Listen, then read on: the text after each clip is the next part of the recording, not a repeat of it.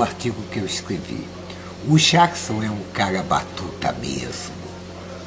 Ao chegar de São Paulo, no mesmo dia, ele nos propôs a mim e a Fernanda, minha companheira, e ao outro amigo Carlos, do Rio de Janeiro, uma ida à comunidade de Tauari, comunidade de sua nova e linda namorada, a Patrícia. Talvez ele fosse pedir a bênção desta união a seus parentes, sei lá eu. Mas tinha um problema para mim. Partiríamos às 5 horas da manhã de Alter do Chão. Eu sou um vagabundo urbanoide que só acorda às 10 horas, quando muito. Pensei em desistir, mas por vias das dúvidas, consultei o Xing, o livro dos oráculos, se tal viagem seria propícia. Joguei as moedas e deu o seguinte hexagrama: 50. 50 é o cálice cerimonial. Suprema boa sorte, sucesso absoluto. Quem sou eu para duvidar do Xing?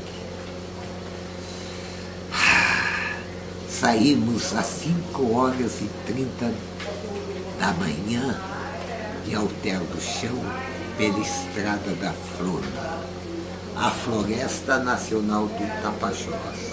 Nós e nossas redes.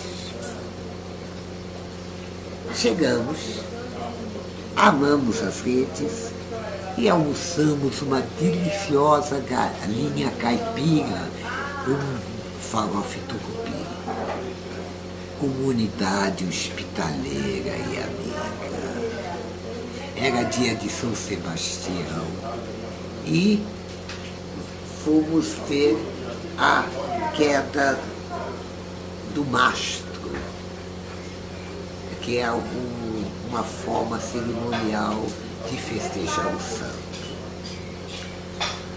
Em seguida, tomamos uma bajara, que é uma canoa com pequeno motor na polpa, e navegando pelo rio Tapajós, que na região forma uma espécie de lago de uma beleza ímpar.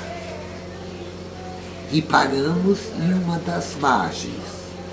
E enquanto Jackson realizava um ritual de cura em Carlos, andei sozinho pela praia.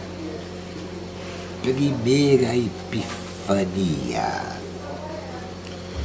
Esta parte da praia se chamava Ponta do Bexiga.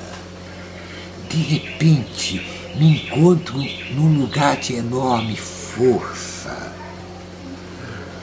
Troncos entrelaçados formando um anfiteatro. Árvore de raízes caídas no rio, num contraponto mágico. Raízes nas areias se desintegrando, formando desenhos e complementando totalmente o conjunto.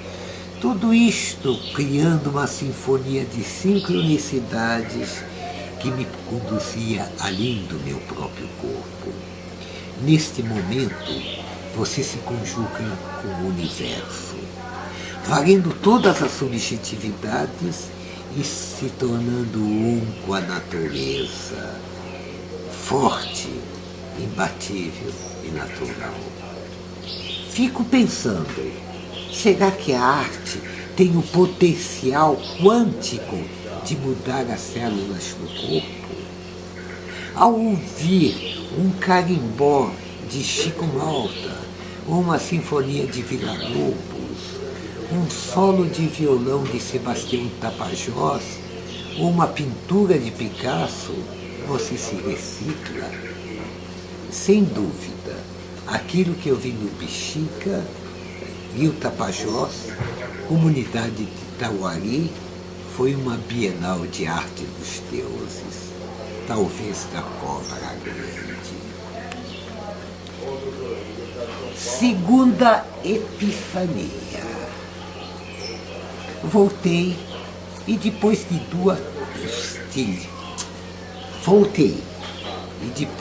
duas tigelas de açaí, descansei debaixo de uma seringueira.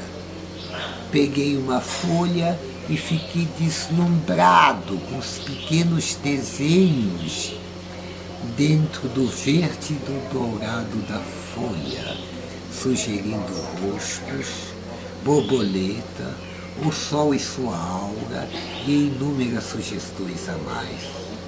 Cada folha era diferente. Recolhi quantidade de folhas e as coloquei na minha frente. Estranho, pensei comigo mesmo. Parece um alfabeto, uma escrita. Se eu pudesse ler este alfabeto, pensei. De repente aconteceu um clarão e eu estava lendo as folhas da seringueira. Li durante horas e nunca mais fui o mesmo.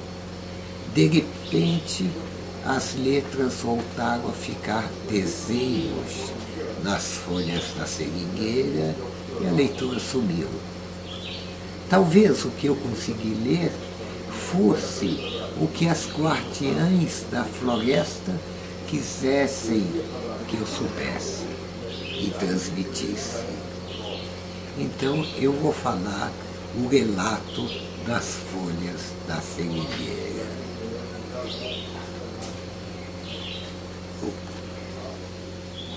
Agora, a primeira era como funciona a leitura.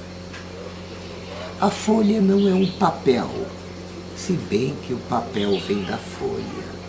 A folha de papel comum contém apenas uma memória de 0,0033% do que o de uma folha da seringueira e é efêmera. A folha da seringueira contém uma supermemória porque assim que ela é escrita ou estampada, ela se incorpora à biblioteca ancestral das águas. Nunca se perde. A água é o maior computador já existente no universo. Ele é memória em si.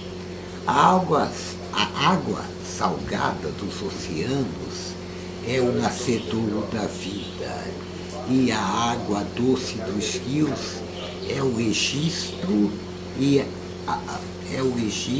a história dela, a vida. Nada se perde, tudo muda, mas o registro da mudança permanece. Sem memória a vida não funciona. E o grande motor básico da preservação destas lembranças, desta imensurável biblioteca, é aqui, e se chama aquífero de Alter do Chão. Esta biblioteca não contém apenas a história do Homo sapiens, mas de todas as outras espécies e outras civilizações, como a de Atlantis, que era mais sofisticada e tecnologicamente que a nossa do Homo sapiens. A leitura não se faz apenas pelos olhos e pela mente. Não é um processo acumulativo de saber. A leitura não é olhar.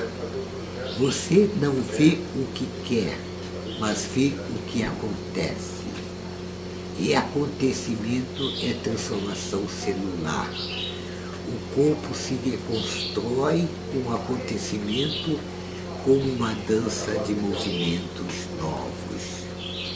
Não existe mais quem está lendo, mas aquele que está participando. E a compreensão se faz pela pele. Sim, Existem bibliotecários e consultantes nesta biblioteca. E eles se chamam botos. Agora vou ler para vocês brevemente alguns outros relatos da Folha da Seringueira. Uma delas dizia: o ser humano branco é o animal mais burro, porque ele pensa que é o mais inteligente. Não entende nada de floresta e não pede ajuda ao índio, que é 100 vezes mais adiante. A floresta que mantém o mundo em harmonia. Quebrada a harmonia, o céu pode cair na terra. Houve um momento que isto ia acontecer, porque eles queriam nos aprisionar. Nós, as seringueiras, as guardiãs da floresta. A tal da Revolução Industrial deixou os brancos loucos. Eles criaram gaiolas para si mesmos e fugiram da natureza. Gaiolas que andam, gaiolas que voam, gaiolas de morar. A alma do branco ficou pequena e eles precisavam de borracha para as gaiolas que andam. Nosso sangue. Fizemos o que tínhamos de fazer para o céu não cair. Sopramos no ouvido do inglês Henry Wickham, aventureiro sem eira nem beira, para roubar nossas sementes e levá-las para plantar em outro lugar. Deu certo. Tempos depois, os brancos precisavam de mais borracha para as coisas que andam, os tais dos automóveis. O chefe deles, chamado Forte, inventou uma cidade para nos plantar. E a nossa estratégia foi muito fácil. Inventamos a praga. E depois Belterra, também muito fácil, a mesma praga. Salvamos a floresta da escravidão e assassinato do homem pelo homem. Cobiça. Enquanto uns brancos mandavam lavar cuecas em Paris, outros eram escravizados e mortos para produzir mais borracha. A floresta foi salva. O céu não vai mais cair. E quando a gente passa pela Forquilândia ou por Belterra, a gente dá grandes risadas. Foi a nossa vitória. Agora, outro perigo maior: a soja. Se não agirmos agora, o céu cai. E tem muitas outras leituras que eu ainda estou traduzindo e que virá a seguir.